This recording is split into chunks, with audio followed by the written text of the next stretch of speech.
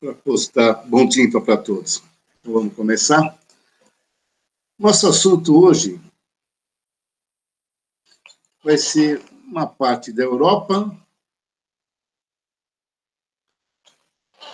Vamos falar de uma parte da Europa e de uma parte da Ásia. Conhecido como Eurásia, né? Então, une países da Europa e países da Ásia, totalmente diferentes, muito diferentes culturalmente. Eu vou aproveitar a aula que foi dada no Centro de Mídias, né, para a gente rever ela e depois a gente vai comentar essa aula aí no Centro de Mídias. Quando as questões eu vou passar um pouco mais rápido, tá? E aí vamos discutir depois no final da aula. O vídeo da aula do Centro de Mídias é 15 minutinhos, é rapidinho. A gente vai discutir isso no final da aula, tá bom? Então vamos lá, vou desligar minha câmera. Meu microfone também vou desligar.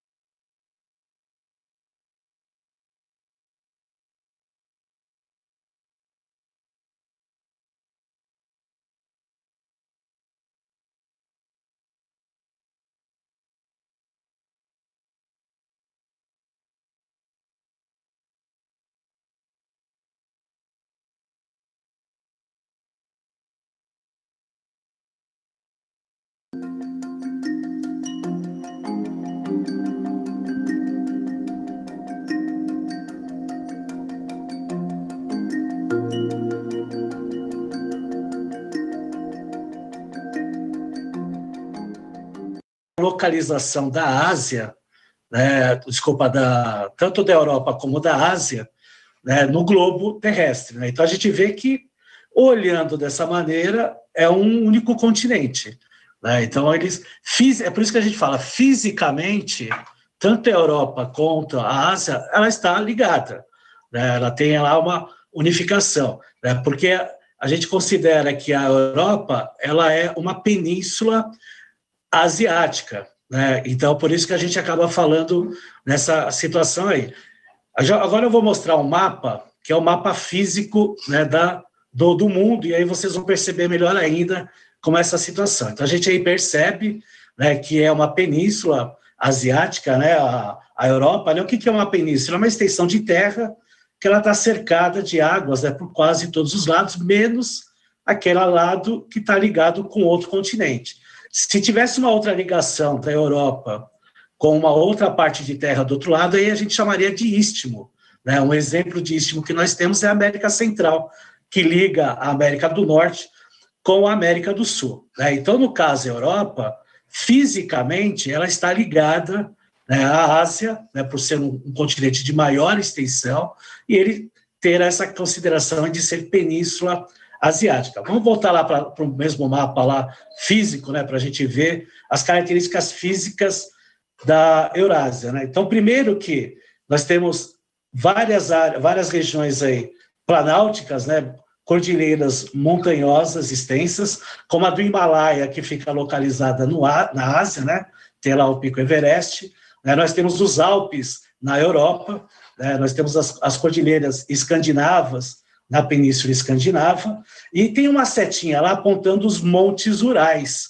Né? Oficialmente, os Montes Urais dividem a Europa da Ásia, né, desde o final do século XIX, por volta de 1870, que aí, né, um estudioso geógrafo, né, 1730 mais ou menos, 1740, um geógrafo cartógrafo sueco, fez essa divisão oficial que é utilizada até hoje. Então, é interessante retratar isso aí. Então, oficialmente, os Montes Urais, que fica na Rússia, por isso que a Rússia é conhecida aí como um país transcontinental, porque tem os dois territórios, tanto da Europa como da Ásia. Então, seus 17 milhões de quilômetros quadrados estão distribuídos, né, entre a Europa e a Ásia. Né? Como a Turquia também é um país transcontinental, que também está na Europa e na Ásia, e outros países aí que a gente vai ver mais para frente, tá certo? Vamos lá para a próxima tela, que a gente vai ver outro aspecto aí da Eurásia.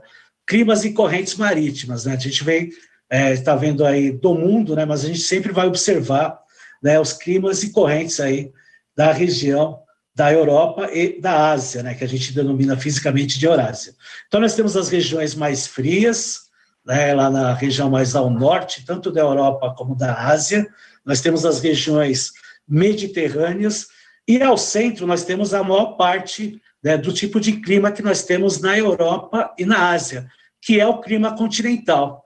Né? Então, por que ele tem, né, essa denominação aí, né, e essa característica maior? Porque o continente euroasiático ele é muito extenso, principalmente o asiático.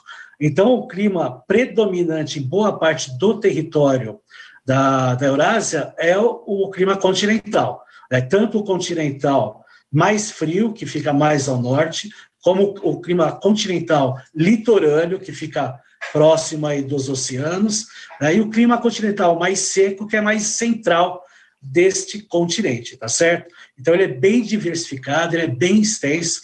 Então, boa parte aí dos climas, tanto da Europa como da Ásia, ele tem essa questão aí do continente, tá certo? Vamos lá para a próxima tela. A gente vai observar uma outra característica da Eurásia, que são os recursos hídricos, tá?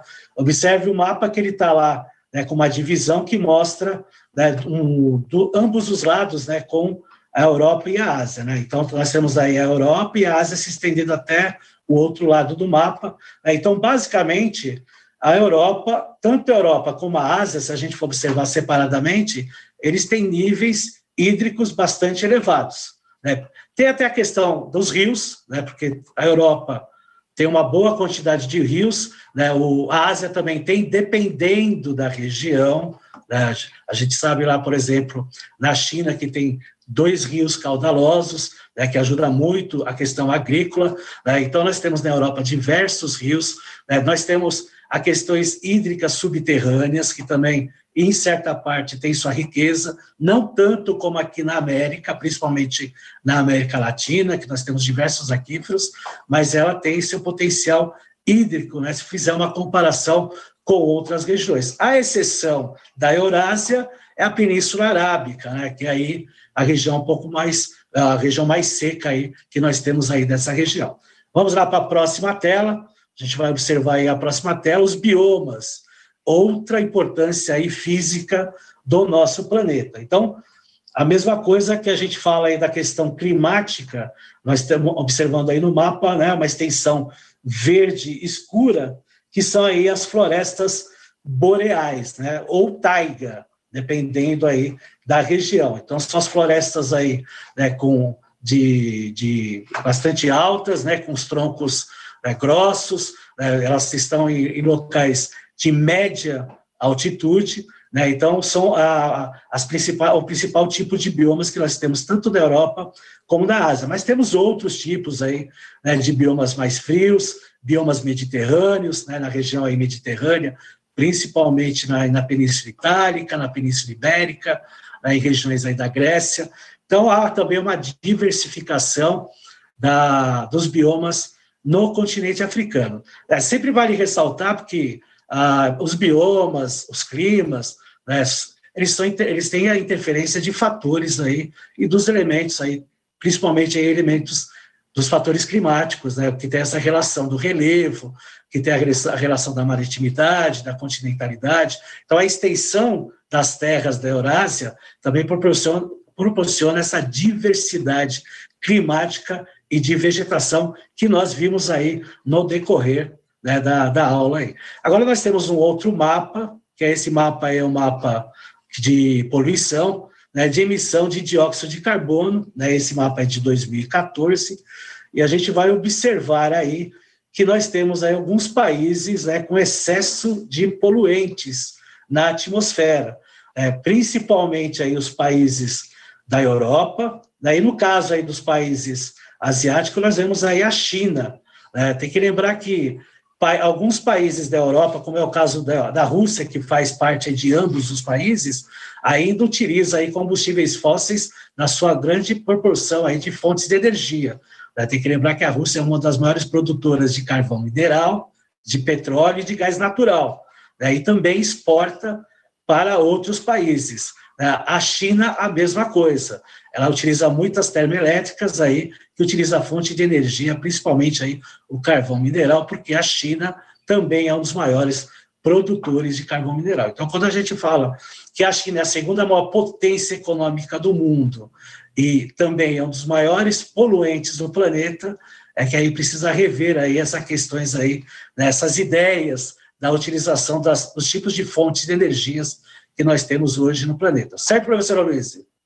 É isso aí. Só para colocar rapidamente para os professores que perderam os minutos iniciais da aula, a nossa habilidade é a 09GE07, beleza? Agora, fiquem ligados que a gente tem uma interação via chat na tela.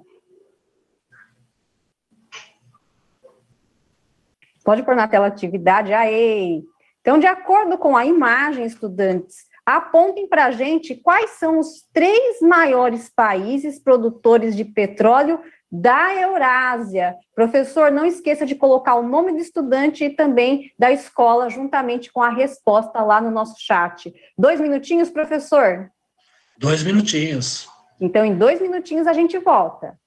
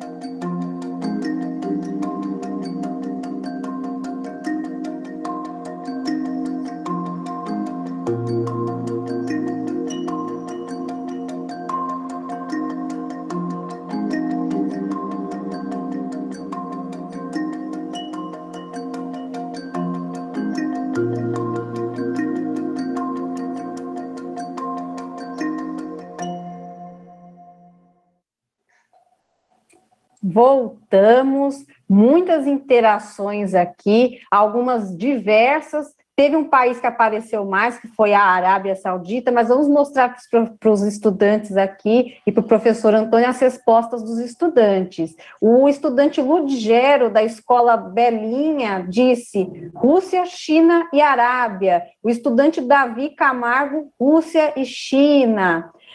Os alunos do 9º ano da escola Newton Prado disseram Arábia Saudita, Iraque e Rússia.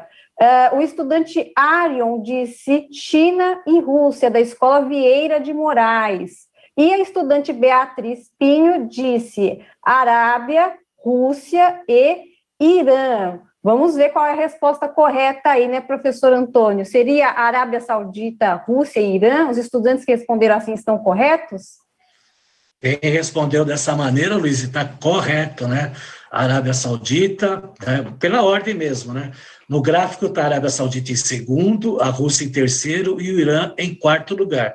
E os Estados Unidos aí aparece na ponta, isso dados de 2016, porque a gente sabe que dependendo do ano, né? E até por questões política e econômica, se diminui ou se aumenta a produção, né, de petróleo para aumentar e baixar o preço dele, né, do barril de petróleo.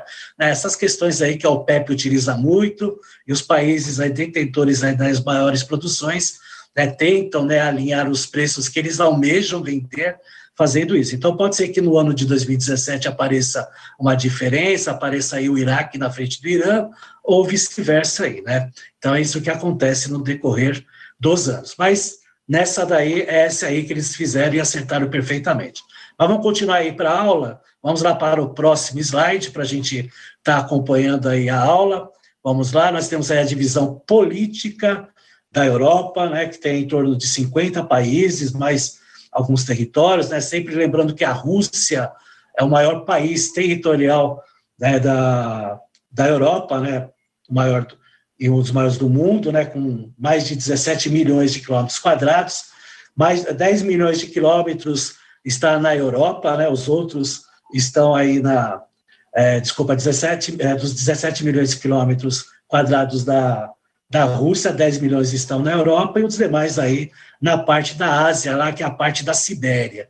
Né? O menor país aí é o Vaticano, né? Tem que lembrar que o Vaticano é um país, porque ele tem um território físico, né? E tem aí em torno aí de 0,5 quilômetro quadrado, né? Sempre interessante falar isso. E tem os principados lá também, né? Liechtenstein, né? E os Mônaco, né? Que faz parte do território francês, que também fazem parte aí da divisão política da Europa, tá certo?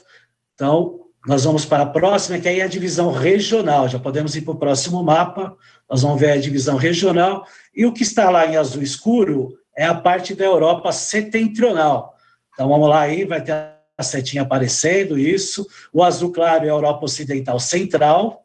Aí nós temos a parte verde, Europa meridional. Nós temos a parte vermelha, que é a parte da Europa oriental. Né? Então, são as 4 divisões principais da Europa. Nós podemos aí já ir para o próximo slide, que é a divisão política da Ásia. Né? Então, nós temos aí a divisão política da Ásia, com seus 49 países distribuídos. Lembrando aí que tem 5 ou 6 países aí que são transcontinentais, mas os principais aí em destaque é a Rússia e a Turquia, que tanto tem na Europa como tem na Ásia, até destaquei na setinha. E aí nós temos a divisão regional da Ásia, que aí tem a divisão, aí pode ir para o próximo mapa, que é a divisão, né, que separada aí em 6 a 7 unidades, dependendo do mapa. Alguns estudiosos colocam 7 divisões, outros colocam 6 divisões aí, tá certo? E aí nós temos uma curiosidade que eu coloquei aí para vocês aí junto com a professora Luíse, que é uma curiosidade do Centro de Mídias, que a professora Luíse vai explicar da onde que é essa imagem, né, professora? Exatamente. Essa imagem que vocês estão vendo é de uma das margens da cidade de Istambul. Inclusive, essa construção maior que vocês estão vendo aí, uma torre, é a Torre de Gálata, né, que era um ponto estratégico na época que Istambul, que ainda se chamava Constantinopla, tinha uma importância dentro do comércio das especiarias, né? Como o professor Antônio já apontou lá no início da aula, Istambul é uma cidade que pertence a 2 continentes, né? Uma vez que ela fica às 2 margens do Estreito de Bósforo, e ela tem uma importância histórica muito grande, porque ela já foi capital do Império Romano do Oriente, né?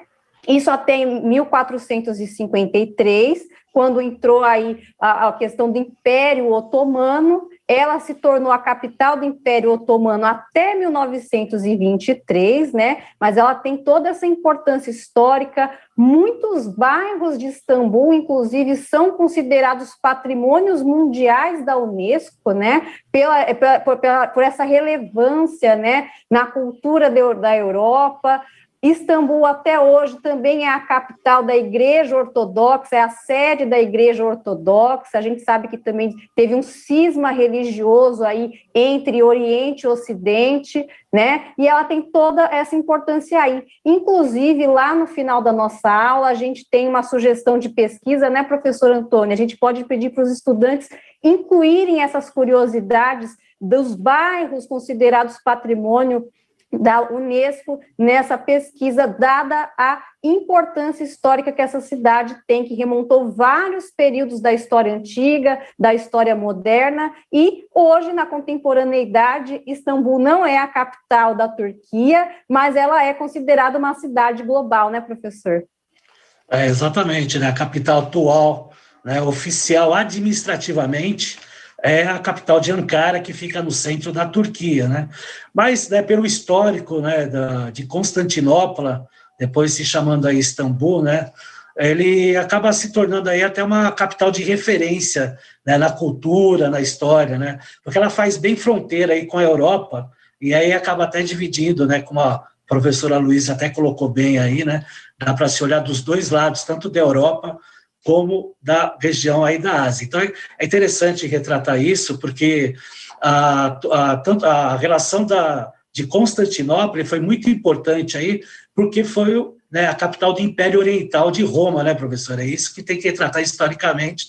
Então, ela tem uma grande importância cultural, e os europeus gostam muito, né, dessa relação cultural, né? A gente tem muitos museus lá, e a gente tem, né, o Saiba Mais, né, que a professora até colocou, pode até colocar na tela, faça uma pesquisa sobre as culturas asiáticas e europeias, dá uma ênfase, né, nessas culturas antigas da Europa, né, porque aí até faz aí uma interdisciplinaridade com história e geografia, né, professor? E aí a gente vai ter, né, tanto a relação de mapas, as transformações de mapas históricos que nós temos, como também a parte cultural aí, que acaba abrangendo toda essa relação da Europa com a Ásia, né? Então, a gente sempre lembra, né, que essa divisão ela é cultural, né? É uma divisão cultural, mas que fisicamente elas estão unidas, e aí tem os montes Urais que acaba dividindo, né, tanto a Europa como a Ásia aí, né, uma divisão física, né, estipulada aí no início aí do século XIX.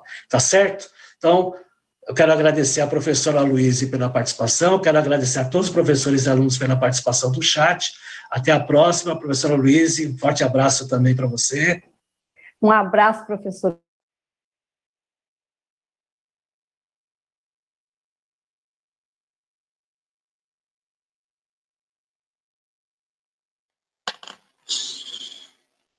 Então vamos lá, senhoras e senhores.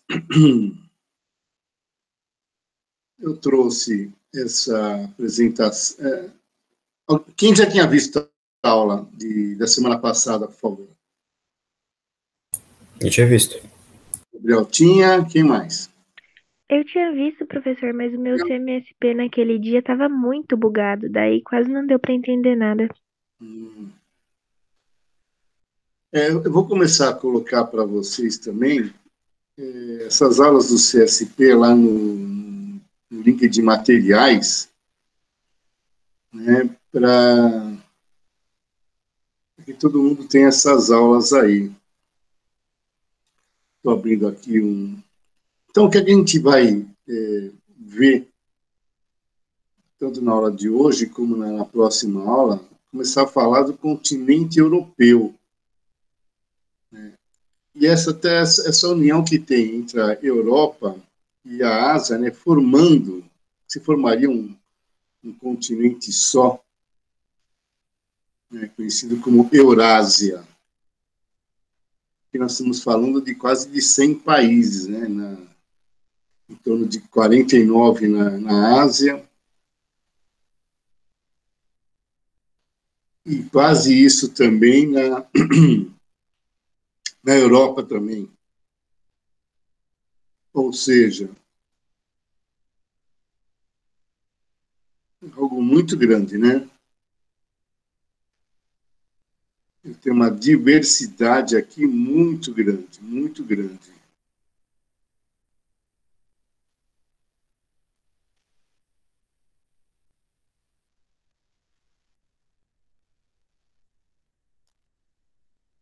Então, eu vou começar a falar para vocês, esse restinho de aula aqui, sobre a diversidade do continente europeu.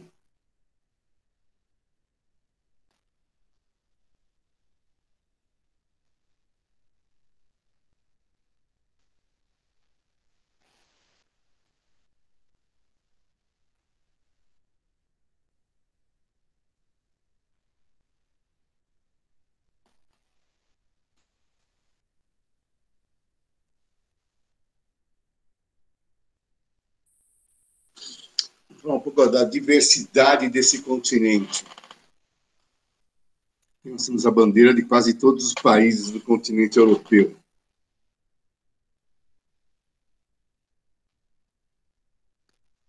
Então, aqui está aquela divisão que ele comentou na aula, né? E o legal nesse mapa aqui que eu encontrei, está dividido por cores. Então, em amarelo está a Europa Sul, ou Europa Mediterrânea, né? Ou seja, são os países, né, banhados pelo oceano, pelo mar Mediterrâneo. Aí vocês podem falar, poxa, mas a França também é banhada pelo mar Mediterrâneo. É verdade. Só que a França faz parte do lado da Europa Central, né, junto com o Reino Unido, com a Alemanha, a República Tcheca. A Europa Oriental, que é a parte até a Rússia, né, onde ele fala desse país transcontinental, que é a Rússia, e a divisão, né, dos montes Urais, né, que divide a Europa da Ásia. E em azul está aqui tem a Europa do Norte, ou a Europa nórdica, né, que quem gosta daqueles filmes de Vikings, né, tem até aquela série Os Vikings, da Netflix, é daqui que saíram aqueles Vikings, né, da Islândia, da Noruega, aqueles bárbaros da época da Idade Média, né, de 800 e pouco, depois de Cristo, eles saem daqui para irem conquistar alguns povos no oeste.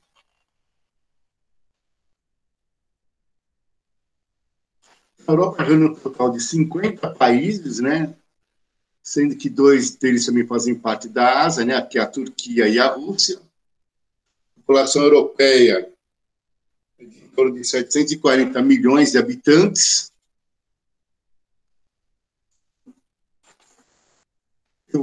Né, essa quantidade de países, né, essa quantidade de pessoas, faz a gente refletir na cultura e na economia europeia.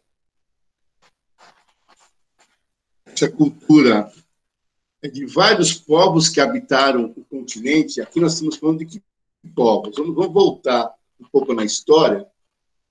Eu estou falando aqui dos romanos, estou falando dos celtas, da região da Gália, que era França, com as invasões bárbaras.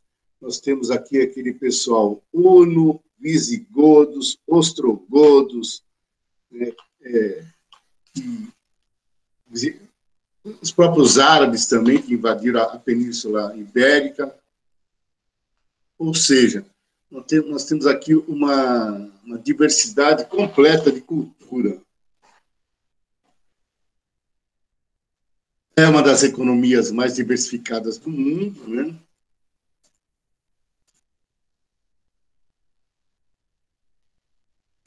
Dessa diversificada étnica aqui, ó. Tudo que a gente conhece sobre história, muito do que a gente conhece sobre história é a história eurocêntrica, né, que a gente chama, ou seja, a história da Europa. Por que isso, né? Porque a Europa é um ponto de fixação e cruzamento de povos. Por isso que sua população é composta por um grande número de etnias, como eu falei para vocês, e todos aqueles povos que passaram, que conquistaram e moraram e ficaram, né, em alguma parte da Europa. Então, tem uma diversidade linguística, religiosa e cultural. Vocês estão no 9º ano, vocês vão estudar. Vocês tiveram, ano passado, a reforma da igreja. Então, por isso, né, a reforma protestante, vocês viram isso em história no ano passado, a cisão da igreja romana. Então, eu tenho uma diversidade, em cima disso eu tenho uma diversidade religiosa muito grande na Europa.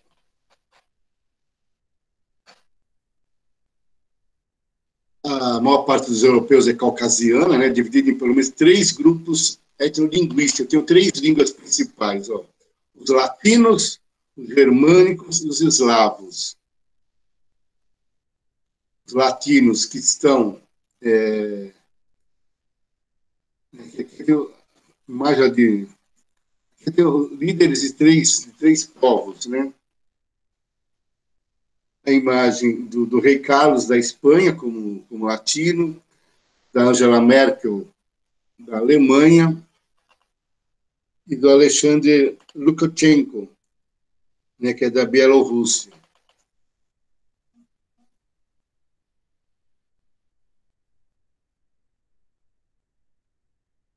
Então, aqui nós temos os povos latinos, eles habitam principalmente as populações dos países do Mediterrâneo, né, entre eles os portugueses, espanhóis, italianos, franceses, que é um pouco da base até da nossa etnia aqui no Brasil, né? Muitos de nós dependemos dessas três populações aqui, portugueses, espanhóis e italianos.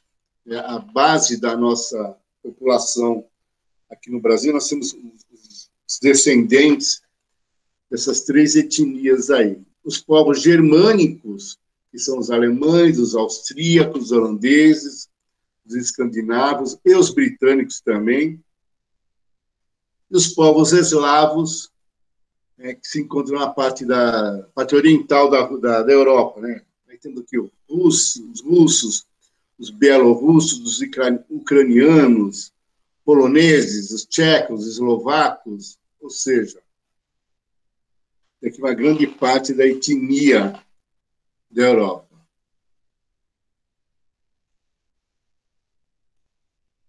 Na Europa nós temos alguns problemas populacionais,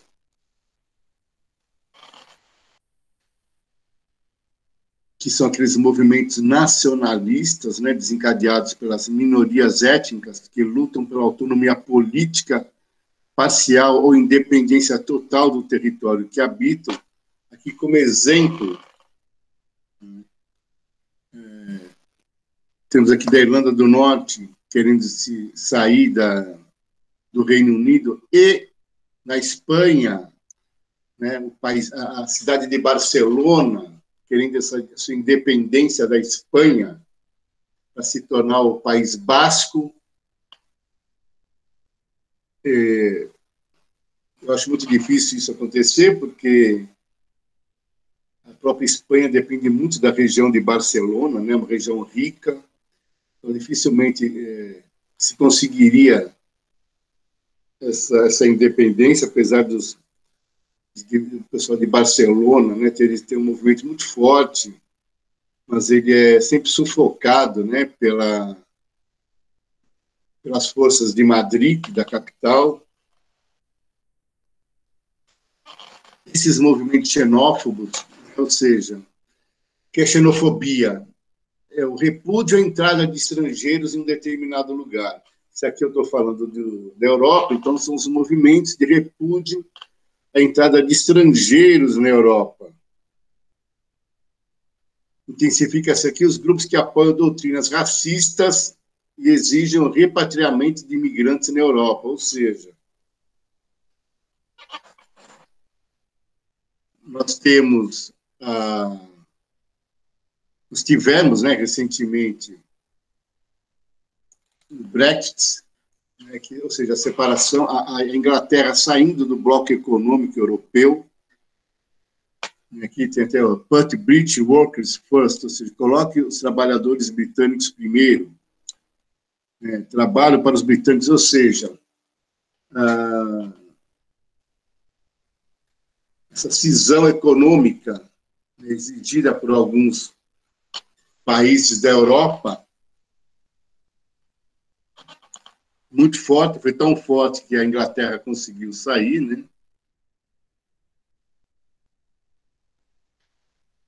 Temos vários idiomas, ou seja, a diversidade cultural na Europa é muito grande, temos vários idiomas, então, português, espanhol, francês, alemão, polonês, russo, norueguês, sueco, finlandês, inglês, turco, italiano. Na Espanha, além do espanhol, eu tenho o catalão. Além do catalão, tenho o basco. Na própria França, tenho idiomas diferentes no mesmo país. Ou seja, a nossa diversidade cultural na Europa é muito grande. Até porque são tantos países, é como se fosse aqui no continente americano, pegando aqui na América do Sul, né? Que são uma quantidade menor de países, mas eu tenho uma diversidade cultural muito grande e tenho poucos idiomas aqui na América, se eu vou comparar com a Europa. Português aqui no Brasil e o espanhol no restante dos países. É evidente que cada país eu tenho os seus dialetos indígenas, né, que são pouco falados.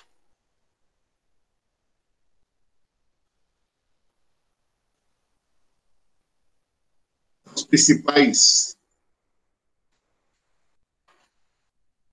troncos linguísticos, né, da Europa. As línguas românicas, que são derivadas do latim, faladas principalmente no sudoeste da Europa, né? O português, espanhol, italiano, francês, tem como base da sua língua o latim. As línguas germânicas, que vieram do sul da Escandinava, né, que são faladas no noroeste da Europa, em algumas partes da Europa Central, como alemão, sueco, holandês. Reparem, como eu falei no começo, é bem aquele povo viking, né, que fala essas línguas germânicas, aqueles povos bárbaros, e as línguas eslavas, que são faladas na Europa Central, Oriental e Sudeste da Europa, como búlgaro, polaco, tcheco e esloveno.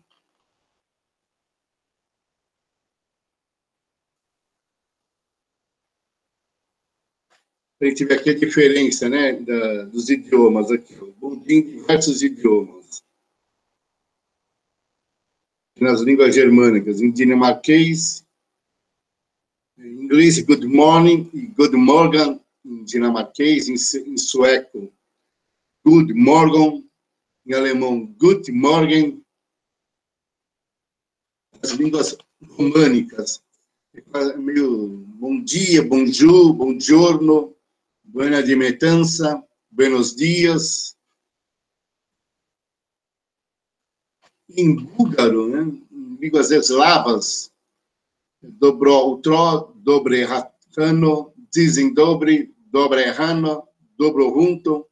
Pode reparar que como essas línguas elas têm o mesmo tronco linguístico, né? As línguas românicas têm o mesmo tronco, as germânicas e as eslavas, é bem parecido, né? Algumas palavras. Então, peguei aqui o bom dia para vocês verem, é bem parecido. Temos outros exemplos também, né? Aqui, ó, o grego, o maltês, né? Ó, o irlandês, o húngaro, o finlandês, o letão.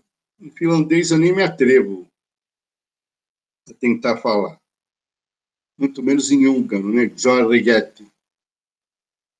Ou seja, aqui são outros troncos. Por isso que é bem diferente. Então, vou dar uma parada por aqui.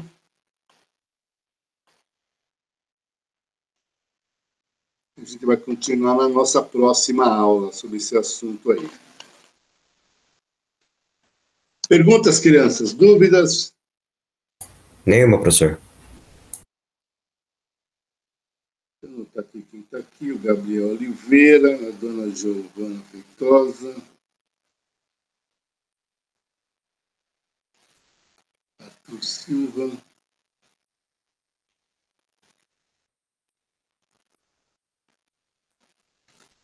Marcela Moreira,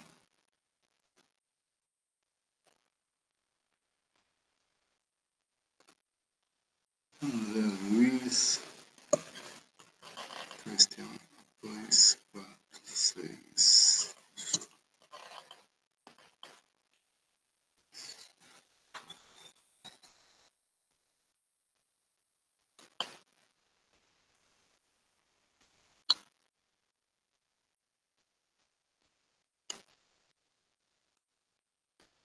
Beleza, pessoal, deixa eu parar a gravação aqui, então.